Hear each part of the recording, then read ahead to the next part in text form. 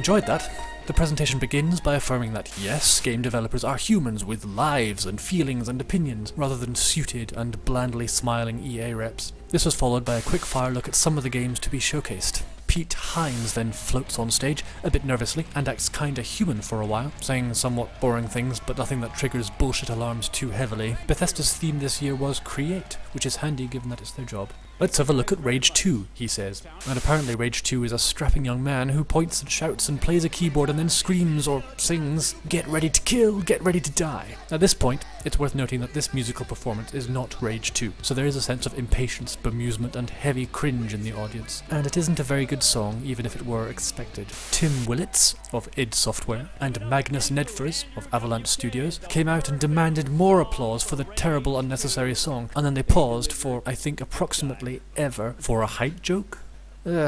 The collaboration on Rage 2 does look interesting though. Bright, fast-paced shooting. Many of the combat special abilities lend the game a similar kinetic feel as Doom. Although the gameplay looks somewhat pre-rendered, at least it is something approximating gameplay. Next up was The Elder Scrolls Legends, a mobile trading card game which I've never seen and I'm totally indifferent to. I wish Christian Van Hoos all the best, but next please! And next is Matt Fearer of ESO, talking about ESO. 11 million users presumably doesn't mean 11 million active users. A bit misleading. I'd expect the figure for active users to be around a fifth of that. Because I'm somewhat allergic to MMOs, I haven't spent much time in his vision of Tamriel, and I'm not likely to. Is it good?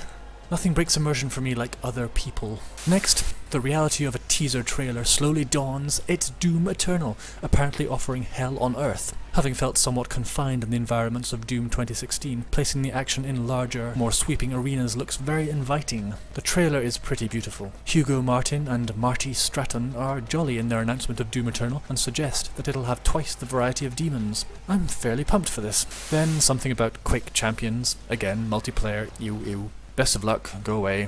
Some developers are then killed in a studio by a mimic as they discuss Prey. My head immediately started booping to Dead or Alive's You Spin Me Round. I haven't played Prey, should I? The developers survived, and they can still talk about Prey. They announce upcoming free updates as well as some DLC.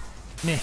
Jörg Gustafsson and Jens Mathias of Machine Games look genuinely happy about their Wolfenstein endeavours. I'm only mildly affectionate towards Wolfenstein. I completed the New Order, which is more than can be said for most games languishing in my Steam library, but I wasn't captivated, and haven't followed it up with any of the DLC or sequels. Although I seem to have the old blood, maybe I should play it. Anyway, these gents are introducing the co-op shooter Wolfenstein Youngblood.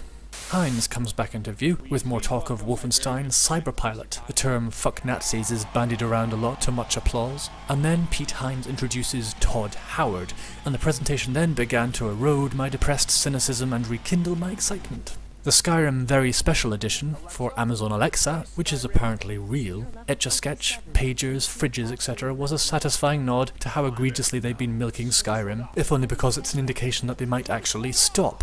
The first real game from Bethesda Softworks is the recently teased Fallout 76. It looks like Fallout 4, but shinier and with more varied mutant designs. It's reportedly 4 times the size of Fallout 4, and Bethesda will be providing servers that each house dozens of players able to base build easily and gather nuke launch codes through questing to bomb rival team bases. I wonder how that will work and whether single players can actually accumulate these codes by themselves. There will be no NPCs, and quests will be gained from robots and things found in the environment. The game will support mods, but not at launch, and while it can be played alone, it cannot be played offline. Pre-orders suggest that it won't be a subscription model of payment, which is good, and Todd confirmed that the servers will remain active for several years.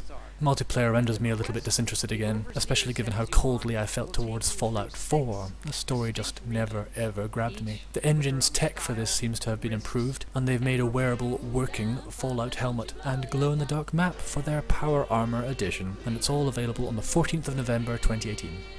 The Elder Scrolls Blades will be on every device, and is an Elder Scrolls dungeon crawler that looks somewhere in between Skyrim and Oblivion, in which you're able to fight other players and do Blades quests in order to rebuild a ruined town apparently, which can be visited by your friends, and like Fallout Shelter will be free to play. Released this fall, which I think means autumn, right?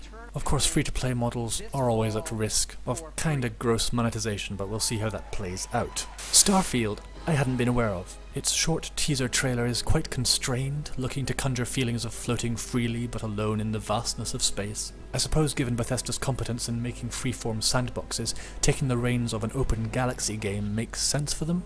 This seems like it'll emerge sometime around 2020.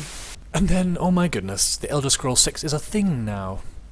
Ragged coastlines, apparently no trees, a ruined imperial fortress in its classic bright yellow stonework. This collection of white smears looks like a Mediterranean coastal settlement. Huge mountain range here, fairly temperate or warmer climate. Hammerfell, I suppose. It was only 11 months between Skyrim's announcement and its release date, but given that Todd Howard stated that TES 6 will be out after Starfield, it's more likely to be 2021. Perhaps they're gunning for 22/2/22.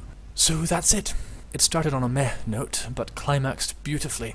My seeping confidence in the Elder Scrolls was founded on the interminable re-releases of Skyrim, and on the dragging time since TES 5's release in 2011, on the floundering story of Fallout 4 which does not suggest that Bethesda are improving their games narratively, and finally on the tendency of AAA developers to twist their games into microtransaction-laden money sponges. That's it, I thought. The Elder Scrolls peaked in 2011, and now we're going to witness a slow descent into sleazier and slimier business practices demonstrated by others. Somehow, this conference, and Todd Howard especially, managed to alight my dormant excitement for a new game. I haven't felt this way since the announcement of Skyrim in 2010. I actually think it's alleviated my depression somewhat. Having something to look forward to is always helpful, and the Elder Scrolls have held sway over my mood to some limited degree since Daggerfall. Todd Howard's Bethesda Softworks presentation suggested that their microtransaction monetization efforts would be funneled into mobile games, while Fallout would absorb their multiplayer ambitions, seemingly leaving their signature single-player freeform playgrounds uncorrupted by these trends.